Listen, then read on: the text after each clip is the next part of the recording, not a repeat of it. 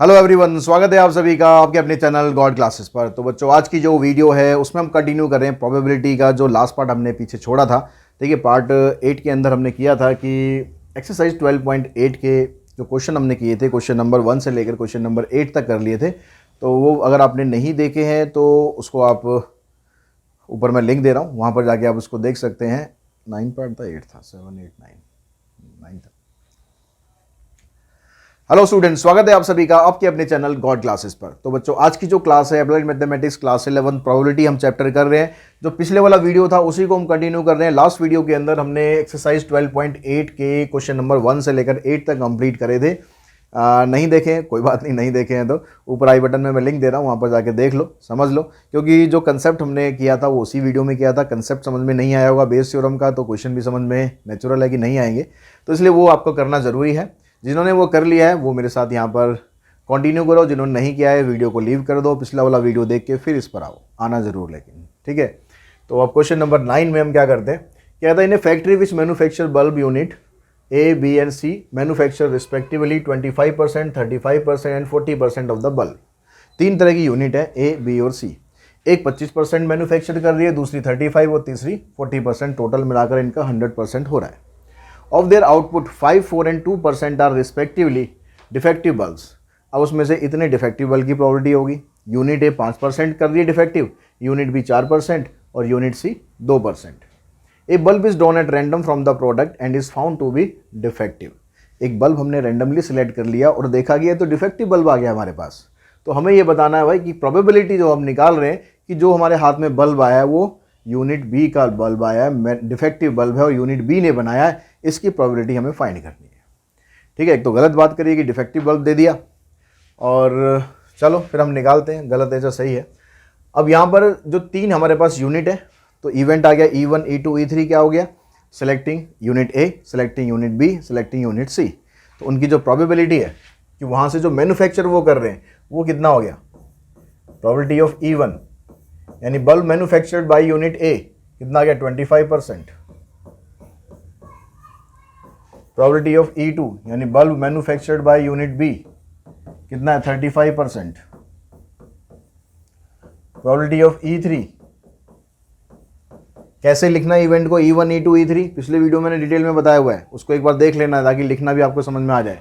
E3 के आपके पास 40%। अब जो आप बल्ब सेलेक्ट कर रहे हो वो डिफेक्टिव बल्ब आ रहा है, तो ये जो ए इवेंट है वो क्या है, डिफेक्टिव बल्ब है।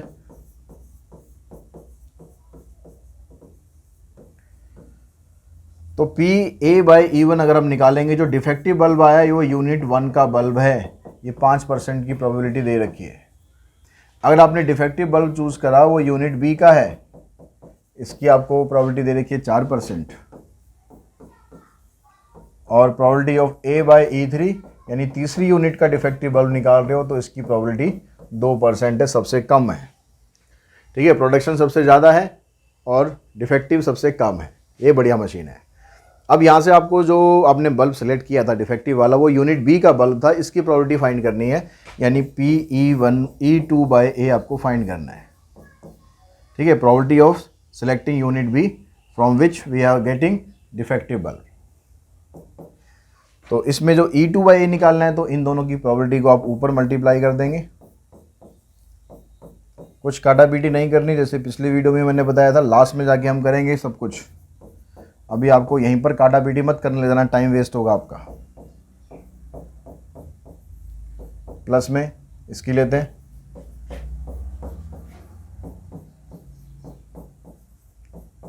प्लस में ये दोनों प्रोबेबिलिटी ले लेते हैं।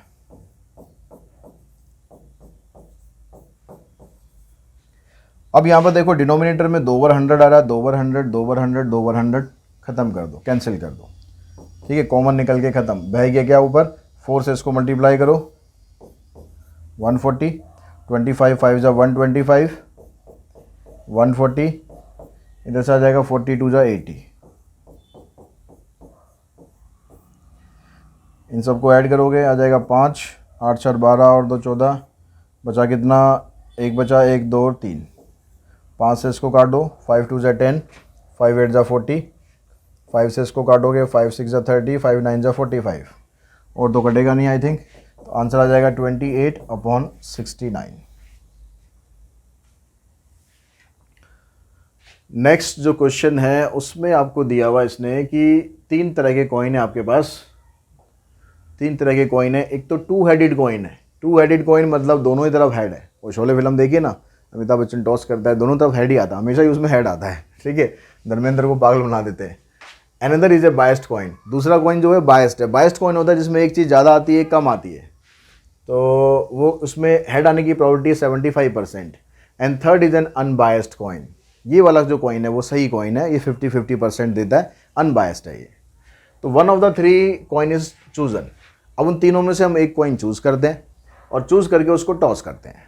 इफ़ इट शोज हेड, अगर उस पर हेड आया तो आपको प्रोबेबिलिटी ये फाइंड करनी है कि वो 2 हेडेड कॉइन था।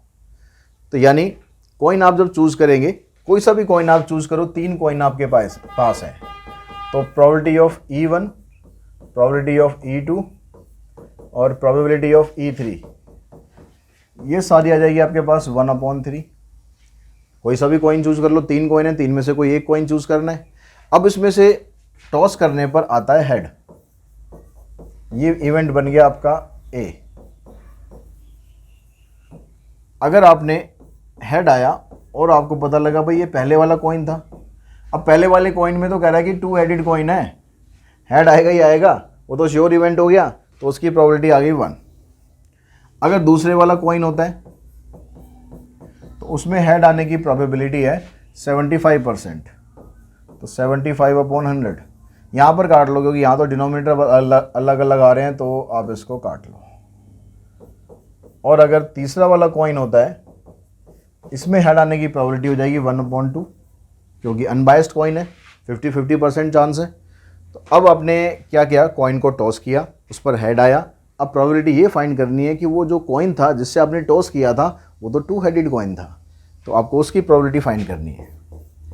तो आपके पास आ जाएगा E1/A, ठीक है। 2 हेडेड कॉइन आपने टॉस करा जिस पर आपके पास हेड आ चुका है। तो अब हमने यहाँ से, इनमें तो तीनों की सेम ही है, तो 1/3 इंटू में 1, नीचे टोटल करेंगे 1/3 इंटू 1, 1/3 इंटू 3/4 और 1/3 इंटू 1/2। अब 1/3 इसमें भी है, इसमें भी है, इसमें भी है, इसमें भी है, इसको तो कॉमन निकाल दो।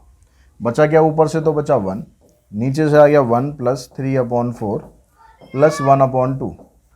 इसको एलसीएम लेके आप सिंप्लीफाई करो, 4 और 2 का एलसीएम आ जाएगा 4, इधर आ जाएगा 4, इधर आ जाएगा 3, इधर आ जाएगा 2, 4 3 7 और 2 9, 4 को ऊपर ले जाएंगे, आंसर आ जाएगा 4/9।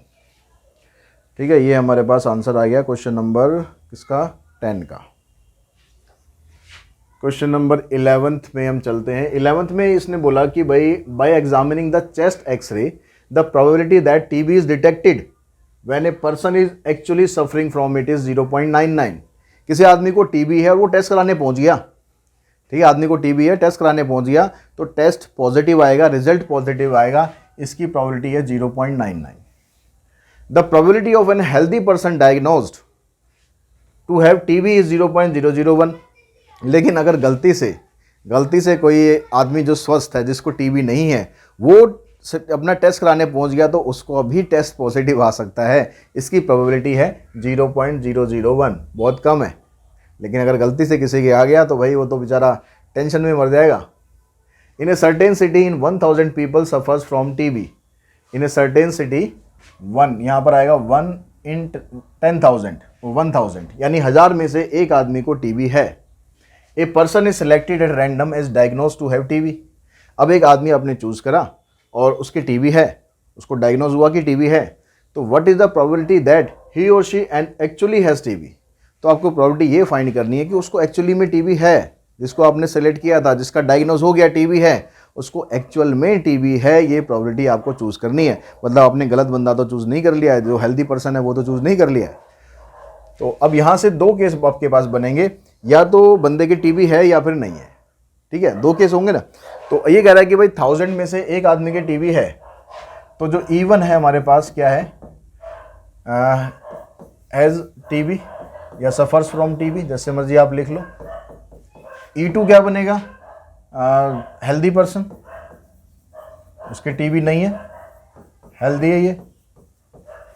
तो प्रोबेबिलिटी ऑफ अगर आप E1 निकालोगे तो E1 का मतलब हो गया कि 1000 में से एक आदमी के टीबी है, तो इसका मतलब जो हेल्दी पर्सन है वो कितने हो गए, 1000 में से 999 है जिसका टीबी नहीं है।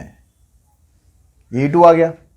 अब आपने पर्सन जो चूज किया उसको आपने टेस्ट के लिए भेजा और टेस्ट उसका पॉजिटिव आया। अगर आपने ये पर्सन चूज किया होता जिसकी टीबी है, ए इवेंट क्या हो गया, test result is positive. Test is positive मतलब डायग्नोज टीबी, टीबी उसको डायग्नोज हुआ है। तो हमने अगर A/E1 निकाला मतलब जिसको टीबी डायग्नोज हुआ है और उसको एक्चुअली में टीबी है, तो इसकी प्रोबेबिलिटी है कितनी, 0.99। 0.99 है भाई, 3 बार नहीं। और जिसका टेस्ट पॉजिटिव निकला लेकिन वो एक्चुअली में हेल्दी था, तो इसकी संभावना कितनी है, 0.001। अब आपको ये चूज करना है, आपको प्रोबेबिलिटी फाइंड करनी है कि जो आदमी के टीबी था उसी का डायग्नोज हुआ है टीबी, यानी E1/A आपको फाइंड करना है। टीबी डायग्नोज हो चुका है और प्रोबेबिलिटी आपको फाइंड करनी है कि उस आदमी के एक्चुअली में टीबी था। तो इसमें इन दोनों को मल्टीप्लाई करेंगे, ऊपर 1/1000 इंटू में 0.99 और नीचे आ जाएगा 1/1000 इंटू 0.99 प्लस 999/1000 इंटू 0.001। यहाँ से देखो 1000 तीनों के नीचे आ रहा है, इसको तो बाहर निकालो। ये तो 0.99 है, मैं इसको लिख लूँ, चलो ऐसे ही लिखा रहने देते हैं। यहाँ पर क्या आ जाएगा, 999 को इससे मल्टीप्लाई करेंगे तो 999 ही आ जाएगा और यहाँ पर आ जाएगा इसका डेसिमल। तो डेसिमल में यहाँ पर 3 डिजिट है, यहाँ 2 डिजिट है, तो यहाँ भी 3 3 ही बना देते हैं ना, ऐड करने में आसानी रहेगी। ऊपर तो ये आ गया, नीचे आ गया 9 9 18 और 18 और 1 19। अब यहाँ डेसिमल डेसिमल दोनों हो जाएंगे कैंसिल। अब इसको काटो जितना कट जाए, ठीक है। बुक में तो यहीं तक ही छोड़ रखा है आंसर, पर आप जितना काट सकते हो उतना काटना। 3 से कट जाएगा ये, 3 6 18, 3 6 18, 3 3 9 और कट जाएगा 3 से, बस 110 अपॉन में 221, ये हमारा आंसर आ जाएगा। क्वेश्चन नंबर 12 क्वेश्चन में 12th में कहता है कि एक doctor is to visit a patient. एक डॉक्टर साहब जो है वो पेशेंट को देखने के लिए आ रहे हैं। From the past experience it is known that the probability that he will come by public transport. अब जो पिछला हमारे पास रिजल्ट आया है, पिछला जो रिजल्ट आया उसके हिसाब से हमारे पास ये रिकॉर्ड है कि जो डॉक्टर साहब हैं वो पब्लिक ट्रांसपोर्ट से आते हैं या स्कूटर से आते हैं या टैक्सी या टैक्सी से आते हैं या पर्सनल कार से आते हैं। अब इनकी जो प्रोबेबिलिटी है वो इधर देखिए, 1/10 public transport, scooter 1/5, taxi 3/10, personal car 2/5। The probability that he will be late are 1/4, 1/3 और 1/2 if he comes by public transport, scooter और टैक्सी। अगर वो पब्लिक ट्रांसपोर्ट से आते हैं तो लेट आने की प्रोबेबिलिटी ये है, नहीं 1/4 है, और अगर स्कूटर से आते हैं तो ये है, टैक्सी से आते हैं तो ये है। But if he comes by the personal car he will not be late. अगर पर्सनल कार से आते हैं, बड़ी बढ़िया कार चलाते हैं, तो कभी लेट नहीं होते हैं। तो when he arrives he is late, तो जब वो आए तो वो लेट थे, ठीक है, जब वो आए तो वो लेट है। तो आपको ये बताना है कि what is the probability that he came by scooter. तो वो स्कूटर से आए हैं, इसकी प्रोबेबिलिटी आपको बतानी है। तो अब यहाँ पर 4 अलग अलग कंडीशंस हैं कि या तो वो पब्लिक ट्रांसपोर्ट से आ रहे हैं, तो इसकी प्रोबेबिलिटी आपको कितनी दे रखी है, 1/10। या फिर वो स्कूटर से आ रहे हैं, इसकी प्रोबेबिलिटी 1/5। या फिर वो टैक्सी से आ रहे हैं, इसकी प्रोबेबिलिटी 3/10। या फिर वो पर्सनल कार से आ रहे हैं, इसकी प्रोबेबिलिटी कितनी आ गई, 2/5। इन सब का टोटल करोगे तो ना 1 के बराबर आ रहा होगा, ठीक है। चेक कर लो, इसका डिनोमिनेटर मैं 10 कर देता हूँ तो ऊपर 2 आएगा, इसका डिनोमिनेटर 10 कर देता हूँ ऊपर 2 आएगा। तो 2 + 3 5, 5 और 2 7, और 7 + 1 ये हो गया 8, नहीं नहीं नहीं नहीं 10 आना चाहिए। उधर से 2 से मल्टीप्लाई करेंगे 4 आएगा, 4 + 3 7 + 1 8, 7 + 2 9, 9 + 1 10, ठीक है 10 आ रहा है, 1 आ रहा है। अब ये कहता है कि जो लेट होने की जो प्रोबेबिलिटी है, जो ए इवेंट हो गया कि भाई डॉक्टर साहब लेट आ रहे हैं, तो लेट आने की जो प्रोबेबिलिटी है, अगर पहली कंडीशन है कि पब्लिक ट्रांसपोर्ट से आ रहे हैं तो लेट होने की संभावना है 1/4, और अगर वो स्कूटर से आ रहे हैं तो लेट होने की संभावना है 1/3, और अगर वो टैक्सी से आ रहे हैं तो लेट होने की संभावना है 1/12, और अगर वो पर्सनल कार से आ रहे हैं तो भाई कुछ भी लेट होने की संभावना ही नहीं है, लेट होने की कोई संभावना ही नहीं है, प्रोबेबिलिटी है 0, लेट होंगे ही नहीं, बिल्कुल टाइम पर आएंगे। ठीक है, ये लेट होने की निकाली हमने, टाइम पर आने की नहीं, ये लेट होने की है।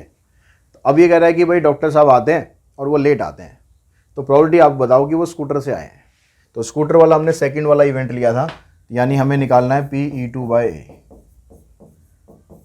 तो ऊपर आ जाएगा 1/10 × 1/4, नीचे सब 1/10 नहीं, E2 आपके पास ये है, तो 1/5, 1/5 × 1/3, नीचे आएगा आपके पास 1/10 × 1/4 प्लस 1/5 × 1/3 प्लस 3/10 × 1/12 प्लस 2/5 × में 0।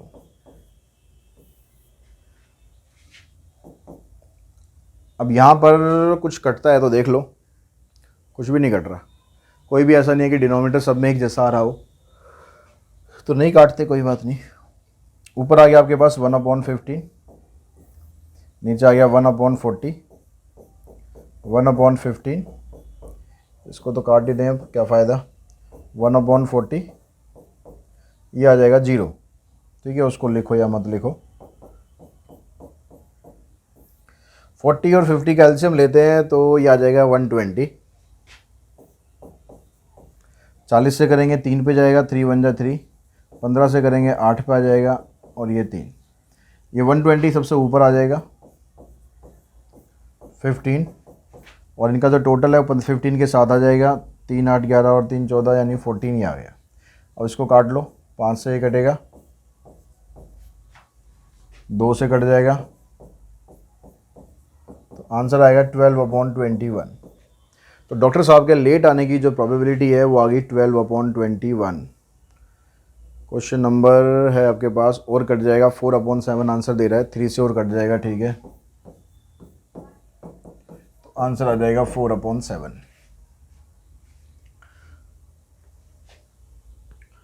क्वेश्चन नंबर 13 में टेबल आपको दे रखी है। टेबल में कह रहा है कि 4 बॉक्सेज हैं ABCD, और उसके अंदर जो कलर्ड मार्बल हैं आपको ये दे रखा है। जो बॉक्स A है उसके अंदर रेड मार्बल इतना है, वाइट इतना है, ब्लैक इतना है, टोटल कितना है, 6 और 1 7 और 3 10, 6 और 2 8 और 2 10, 8 9 और 1 10 और 10, सभी के अंदर जो टोटल मार्बल है वो 10 है। अब ये कहता है कि हमने इसमें से एक बॉक्स चूज़ किया, तो 4 बॉक्स है, तो चारों बॉक्स को चूज़ करने की प्रोबेबिलिटी ये मैं आपको बस समझा रहा हूँ, इसको फिर आप आगे निकाल देंगे। जो E1 और E2 और E3 और E4, क्योंकि 4 बॉक्स हैं तो उन चारों बॉक्स को चूज़ करने की जो प्रोबेबिलिटी है इक्वल आ जाएगी, तो ये हो जाएगी 1/4 चारों की। अब कहता है कि आपने what are the probability that it was drawn from the box ABCD, कौन सा मार्बल निकालना है, कि मार्बल हमने बॉक्स को चूज़ कर लिया और मार्बल निकाला उसमें से रेड, तो आपको चारों बॉक्स की प्रोबेबिलिटी बतानी है। तो अगर हम रेड मार्बल निकालते हैं पहले वाले बॉक्स से, चलो ये कर ही लेते हैं, अलग अलग निकालनी है सबकी। पहले बॉक्स से अगर रेड मार्बल निकालते हैं, रेड मार्बल इसमें 1 है, टोटल 10 है। दूसरे बॉक्स से निकालते हैं हम, इसमें 6 रेड मार्बल है। तीसरे से निकालते हैं, इसमें 8 रेड मार्बल है। और चौथे से निकालते हैं, तो भैया इसमें तो रेड मार्बल ही नहीं है, तो इसकी प्रोबेबिलिटी आ जाएगी 0। अब आपको सबकी प्रोबेबिलिटी बतानी है कि जो रेड मार्बल आपने निकाला है वो बॉक्स A से निकाला है, बॉक्स B से निकाला है, बॉक्स C से निकाला है, या फिर D से निकाला है। तो प्रोबेबिलिटी ऑफ E1/A निकालेंगे, तो ऊपर हम इसको रखेंगे 1/4 और 1/10 को, नीचे आपके पास टोटल आएगा 1/4 इंटू 1/10, फिर 1/4 इंटू 6/10, फिर 1/4 इंटू 8/10, और लास्ट वाला तो जीरो आ जाएगा, उसको तो लिखने की ज़रूरत ही नहीं है। 1/4 सब में से कॉमन निकाल दो, यहाँ बचेगा 1/10, नीचे आएगा 1/10, 6/10 और 8/10। यहाँ पर 10 भी कॉमन निकल जाएगा, ऊपर से बचेगा 1, नीचे से 8 + 6 14 + 1 15, 1/15 आ जाएगा। और आप जब E2/A निकालोगे तो सेम प्रोसेस रहेगा, उसमें ये वाली टर्म ऊपर आएगी, तो ऊपर 6 आएगा, ऊपर 6 आएगा, बाकी सब कुछ नीचे तो सेम आएगा, तो 6/15 आ जाएगा। और E3/A निकालोगे तो तीसरे वाले बॉक्स में रेड मार्बल हैं 8, तो ये आ जाएगा 8/15। और चौथे बॉक्स से भाई निकालोगे तो क्या आएगा, चौथे बॉक्स में तो रेड मार्बल ही नहीं है, क्या आएगा, कुछ नहीं आएगा, आंसर आएगा उसका 0। जो दूसरे वाला बैग है उसमें कह रहा है कि 2/15, 2 कैसे आएगा भाई, उसमें तो 2 रेड मार्बल है ही नहीं, 6 रेड मार्बल हैं, तो 2/5 काट दिया, इसको काट के इसने 3 × 2 = 6, 3 × 5 = 15, ऐसे 2/5, ठीक है। क्वेश्चन नंबर 14 भी ऐसी टेबल में आपको दे रखा है, ठीक है। अब यहाँ पर टेबल में क्या कह रहा है कि भाई manager of A car repair workshop knows from the past experience that when a call is received from a person who is stuck up for away and has problem of starting the car, the probability of various troubles are as follows। अलग अलग तरह की trouble हो सकती है, मतलब उस आदमी के पास मैकेनिक है, कार उसके पास कॉल आती है, अगर मेरी कार जो है स्टार्ट नहीं हो रही है तो क्या क्या प्रॉब्लम होती है। कह रहा है कि जो बैटरी प्रॉब्लम है उसकी प्रॉबिलिटी 0.4 होती है, पेट्रोल ही ख़त्म हो गया, चले जा रहा बंदा, चलेगा कहाँ से फिर, उसकी प्रॉबिलिटी 0.3 है, फ्लडेड है, पानी भर गया 0.1 है, या फिर कुछ और रीज़न है, उसकी प्रॉबिलिटी 0.2 है। अब कहता है कि भाई assuming that no two fault occur simultaneously, कि दोनों फॉल्ट जो इकट्ठे नहीं होंगे, मतलब ये बता रहा आपको कि म्यूचुअली एक्सक्लूसिव इवेंट बन रहा है, बेस थ्योरम के लिए वो होना जरूरी है। And E be the event the car start if instruction given by the manager are followed by the driver with probability E/A1 0.3 है, मतलब वो इंस्ट्रक्शन देता है कि भाई कार स्टार्ट कर लो, इस तरीके से कुछ प्रोसीजर बताता है। तो अगर पहली कंडीशन है कि बैटरी प्रॉब्लम है तो वो कार स्टार्ट हो जाती है, उसकी प्रॉबिलिटी 0.3 है। E/A2 मतलब 0 है, कार स्टार्ट ही नहीं होती है, पेट्रोल ही नहीं है तो स्टार्ट कहाँ से होगी, ठीक है। E/A3 कार स्टार्ट हो जाती है, अगर फ्लडेड है तो इसकी प्रॉबिलिटी 0.8 है। E/A4 0.5 है, ठीक है। अब कहता है कि if a person follows the instruction given by the manager what is the probability that the car start, तो कार स्टार्ट हो जाएगी, उसकी प्रॉबिलिटी आपको बतानी है। तो कार स्टार्ट होने की जो प्रॉबिलिटी है, यानी क्या करेंगे हम यहाँ पर, जो भी हमारे पास इवेंट था और जो A/E1 हमने निकाला उनको आप मल्टीप्लाई कर दो, ठीक है। कार स्टार्ट हो गई ना, कार स्टार्ट होगी तो कौन सी पहली कंडीशन की प्रॉबिलिटी क्या थी 0.4, इस कंडीशन में कार स्टार्ट हो गई, इसकी प्रॉबिलिटी 0.3 है, तो 0.4 को मल्टीप्लाई कर दो 0.3 से। दूसरी कंडीशन में क्या है, 0 है, यानी 0.3 को मल्टीप्लाई करोगे 0 से। फिर तीसरी कंडीशन में स्टार्ट होने की ये है, यानी 0.1 की कंडीशन में स्टार्ट होने की प्रॉबिलिटी ये हो गई, और चौथी कंडीशन में 0.5 हो गई। कर दो इसका टोटल, 4 × 3 = 12, 0.12, अगला तो 0 ही आएगा, इसका आ जाएगा 0.08, 0.10। तो टोटल करो 10, 8, 18, 18 और 12 30, तो 0.30 या 0.3 कह सकते हो आप, ठीक है। सेकंड बार में कहता है कि if the car start on following the instruction of the manager find the probability that car had a battery problem, car की जो प्रॉब्लम थी ना वो बैटरी प्रॉब्लम थी। तो ये टोटल प्रॉबिलिटी तो आपके पास ये आ गई है चारों की। बैटरी प्रॉब्लम वाली जो प्रॉबिलिटी है वो कितनी है 0.4। तो सेकंड पार्ट में क्या करना है आपको, 0.4 को 0.3 से मल्टीप्लाई करना है कि ये प्रॉब्लम थी तो कार स्टार्ट होने की है। नीचे आपके पास टोटल है, टोटल हमने निकाल ही रखा है कितना 0.3, तो यह आ जाएगा 4 × 3 = 12, डेसिमल से डेसिमल कट गया 12/30, इसको काट लो 6 से, तो 2/5 लिख सकते हो, अगर डेसिमल में लिखोगे तो 0.4 लिख सकते हो।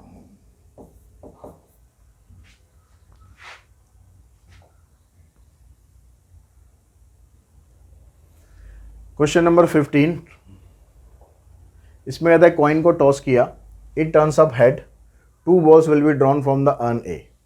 कॉइन को टॉस किया, हेड आया, तो हम क्या करेंगे, जो अर्न 1 है उसके अंदर से 2 बॉल निकाल लेंगे। Otherwise 2 ball will be drawn from the urn B, नहीं तो भी दूसरे वाले से निकालेंगे।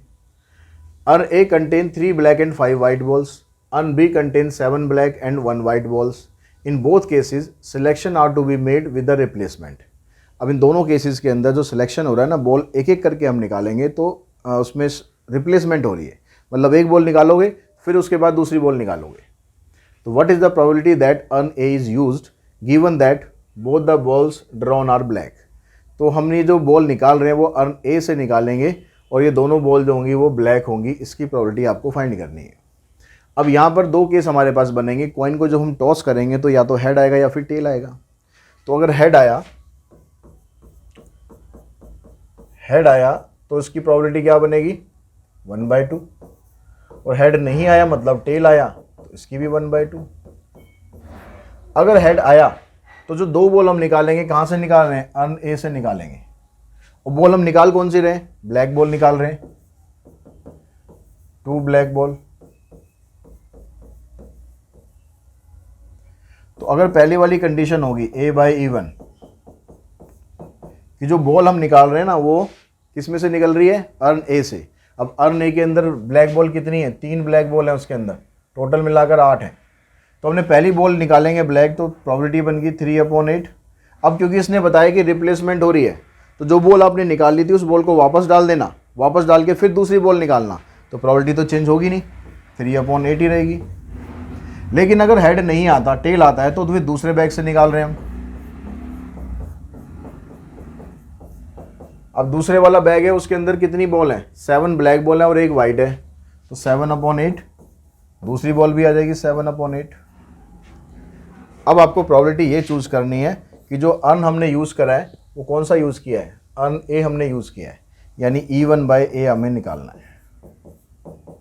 तो 1/2 इंटू ये हो जाएगा 9/64, नीचे आ जाएगा 1/2 इंटू 9/64 प्लस 1/2 इंटू 49/64। अब 64 और 2 जो है सबके साथ मल्टीप्लाई हो रहा है तो वो तो कॉमन आ जाएगा, बचेगा 9, यहाँ पर 9 और 49 यानी 9/58, कटेगा ये है नहीं, आंसर ये आ जाएगा हमारा 9/58।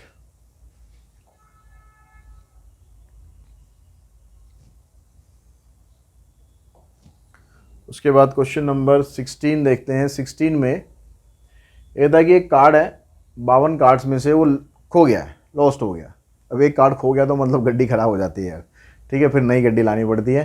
कहता है कि from the remaining card of the pack, अगर आपके पास जो बाकी के कार्ड बचते हैं उसमें से आप 2 कार्ड निकालते हैं and found to be heart, और वो दोनों कार्ड आपके हर्ट के होते हैं। अब इसने यहाँ कुछ नहीं दिया कि भाई रिप्लेसमेंट है या नहीं है, अगर नहीं दिया तो आप विदाउट रिप्लेसमेंट का केस लेके चलेंगे।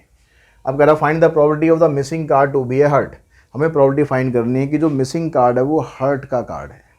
तो अब या तो हर्ट का कार्ड मिसिंग होगा या कोई दूसरा मिसिंग होगा, इन 2 ही सिचुएशन बनेगी ना। तो E1 का मतलब क्या हो गया, मिसिंग हर्ट कार्ड, या फिर मिसिंग अदर कार्ड, हर्ट नहीं हो रहा तो कोई दूसरा हो रहा है। अब जो हर्ट के कार्ड होते हैं कार्ड्स के अंदर वो होते हैं टोटल कितने, 13 कार्ड होते हैं, तो इसकी प्रोबेबिलिटी आ गई 13/52।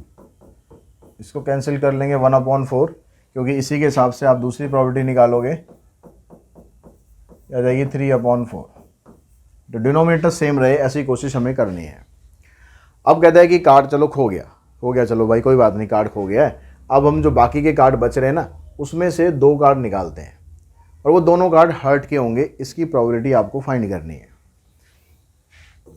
गेटिंग 2 हर्ट कार्ड,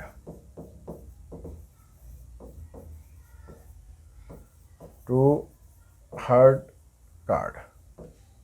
तो अगर पहले वाला केस है तो उसमें से अगर आप हार्ट के कार्ड निकालोगे, अब क्योंकि मिसिंग हार्ट कार्ड है, यानी हार्ट का कार्ड एक तो खो ही चुका है। अब हार्ट का कार्ड जो होते हैं 13 होते हैं, 13 में से एक खो गया, अब रह गए 12 कार्ड।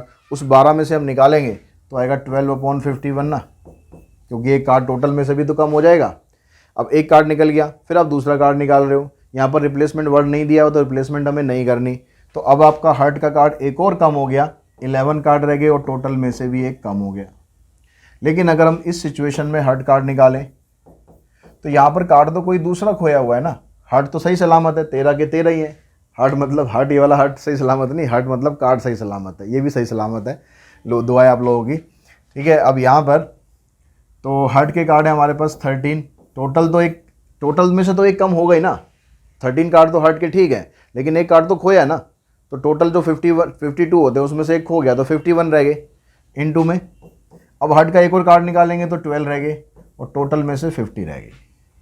अब आपको प्रोबेबिलिटी ये बतानी है कि जो मिसिंग कार्ड है आपका वो हार्ट का है, यानी E1/A आपको फाइंड करना है।